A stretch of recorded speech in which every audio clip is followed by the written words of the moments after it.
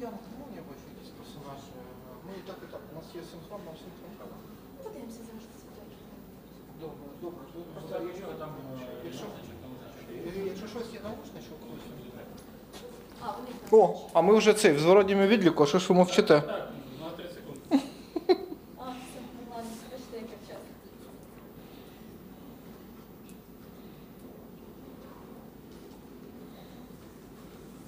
Я думаю, бачите.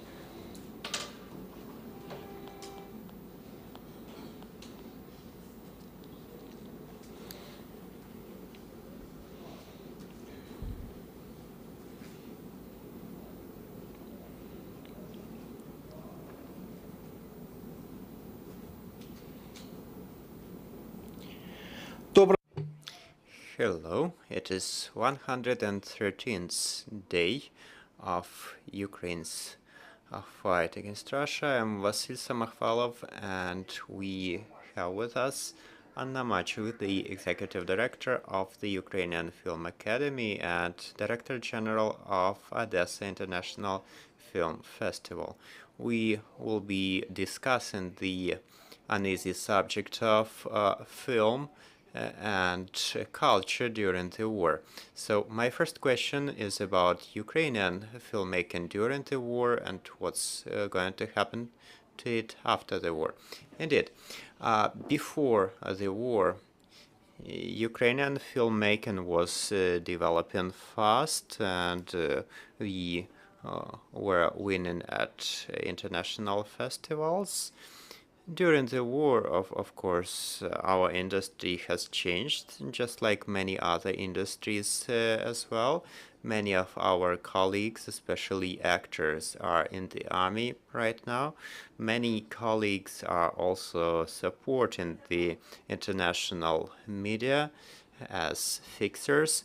And also there are many women filmmakers, actors, directors.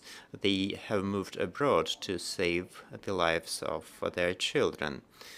Filmmaking, just like many other sectors in Ukraine, is right now not supported by the government. All the money is used to support the army, and we are right now supporting the army, volunteering, but also we are engaged in cultural diplomacy. We were the first professional association that made a call to boycott Russian films. This entailed also the boycott of Russian culture. We continue to work on this because we unfortunately can see some fatigue from the news about Ukraine. Some people perceive that there are good Russians in the culture, and Tchaikovsky, Pushkin, Serebrennikov, and others should remain. So we have to continue our battle. While there is war, there should be no Russian culture internationally. After our victory, that's how we put it, filmmaking will have lots of new flavor to it. The content will be even stronger than it is right now. It is recognized that our documentaries are among the strongest in the Europe, and what our colleagues in the documentary industry are doing right now is that they are filming the documentaries about the war. And in Sheffield, United Kingdom, the first film made during the war will be presented soon. I believe that such documentaries will be numerous, and we also hope that these filmmakers will not be dying while they are making these films. Unfortunately, there are some deaths happening already, but this is an important work, and this is sharing the word of what's happening in the world. Speaking of the canceling of Russian culture, our filmmaking was somehow integrated to this info space. We were working for the Ukrainian and Russian market as well. So what is going to happen with the mass cinema after the war? Well, since 2014, we were not aiming for the two markets. There were some exceptions, some producers, such companies selling our films, but all those who had the clear understanding that it was not the anti-terroristic operation or joint forces operation, it was real war, these people decided not to work with Russia. And speaking of what's going to happen, we are going to keep developing the Ukrainian market, but the war has shown many new ways for Ukraine to move forward to Europe and the world. We can see this in other industries as well. But speaking of filmmaking, we are present at every international platform. In many festivals, we can observe special sections with Ukrainian films, and I do hope this trend is going to continue, because previously many people perceived Ukraine as a satellite of Russia, but right now they see that we are a strong, independent nation with talented artists. Speaking of the film festivals and Odessa Festival, among others, please share if we will have it this year, and whether we should take part in international festivals such as Cannes, which has happened recently.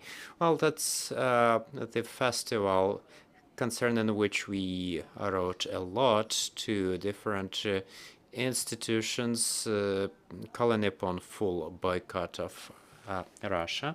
Unfortunately, it didn't happen. They only banned the Russian media, the official Russian delegation. There was no Russian pavilion, but there was a Russian film by Kirill Serebrennikov, the wife of Tchaikovsky, and there were representatives of the filmmaking community. And we all heard what Serebrennikov has mentioned during the press conference, that the families of Russian soldiers should be supported, the ones who died on the battlefield. So this is, of course, is unacceptable, and the entire community has also supported the exclusion of Sergei Loznitsev from the Ukrainian Film Academy for his participation in the Russian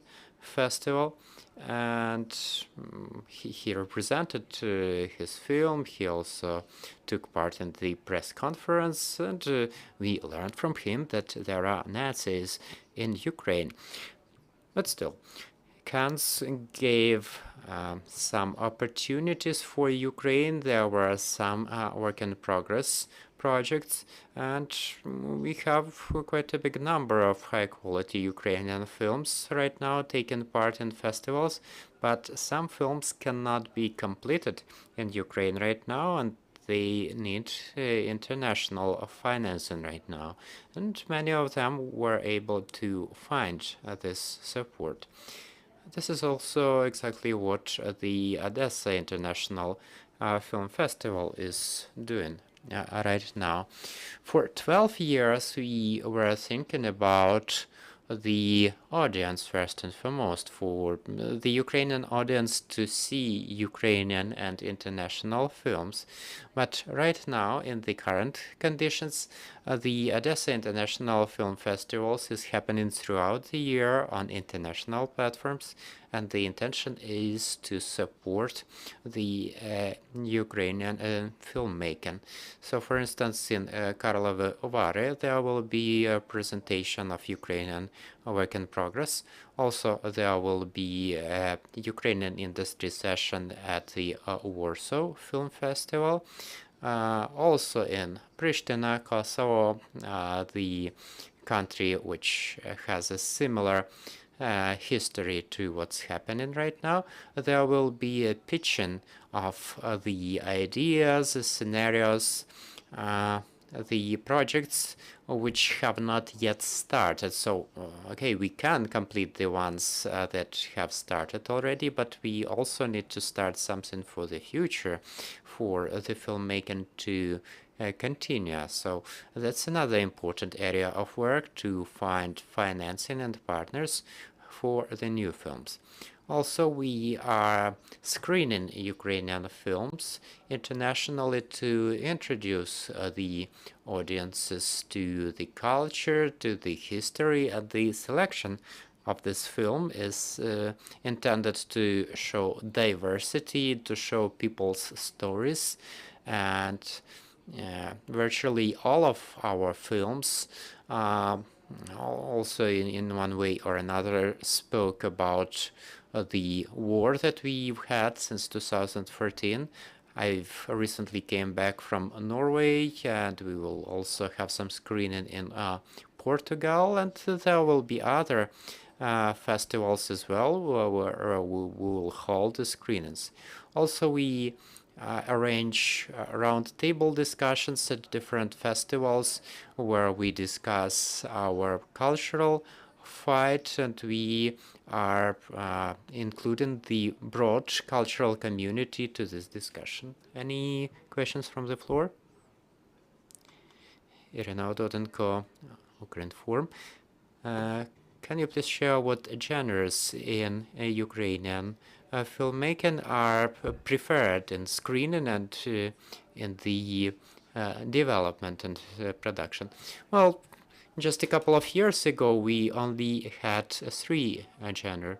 We had historical dramas, social dramas, and comedy.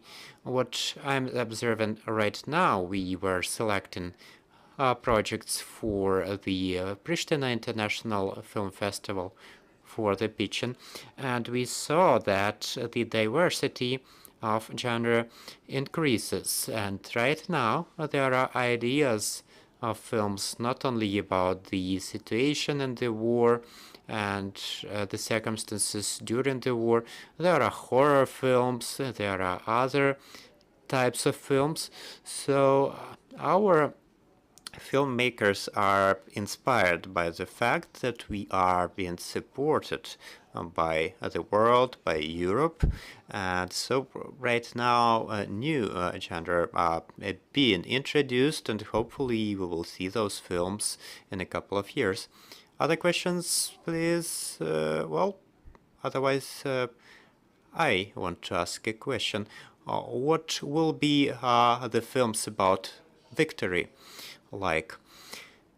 I believe that in the first years after the victory, judging from what is observed in the moods of the people, this should be mainly comedies with some elements of drama, but we have to process this psychologically. We have to recall those stories about stolen tanks, about the tomato jars, etc. So this will be the first films after the victory, but over the years, gradually, we are probably going to see something like the cyborgs that we saw a couple of years after 2014 about the airport in Donetsk. In the same way, these films will be telling about the strengths and power and pride of our people, pride of our army. But until then, there should be some period to process it, both for the filmmakers and for the audience, because we all have PTSD and we all have to process these events.